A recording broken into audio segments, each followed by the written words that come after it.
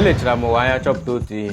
Nchọpụta m bụ nke a: ome mma na mmaghị, ome njọ na njọghị. Pụtara na onye na-eme mma ga-ezutakwa mma n'otu ụzọ maọbụ ọzọ, na ome njọ ga-ezutakwa njọ n'otu ụzọ maọbụ ọzọ.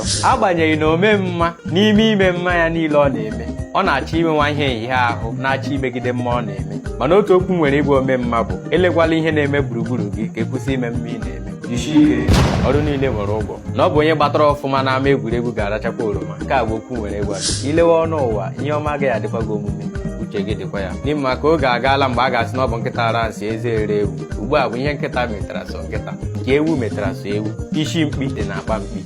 Igbo bụ Igbo, ekele egwu pụtawa n'ezi n'ụwa amadị na-echu. Ụda nsọ